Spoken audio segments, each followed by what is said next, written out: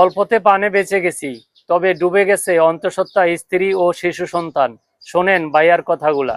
আপনাদের কাছে একটা রিকোয়েস্ট, আপনারা মিডিয়ারা সব পারেন, অন্তত ফ্যামিলিতে যেন লাশটা পাই আমরা।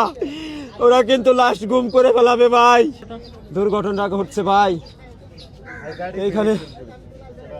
ব্রেক ফেল কেমনে বুঝলাম, ভালো গাড়ি ওইখানে নিয়ে গাড়ি দাঁড় করাই রাখছে ব্রেক করে। যদি বুঝতাম যে গাড়ির সমস্যা ছিল, গাড়ির কোনো সমস্যা নাই।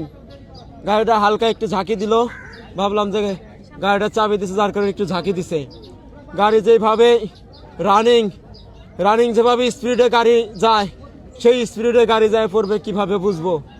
এটা গাড়ির কোনো সমস্যা বুঝে ওঠার আগেই 30 সেকেন্ডের ভিতরে যায় সেটা গাড়ি পড়ে গেছে ভাই।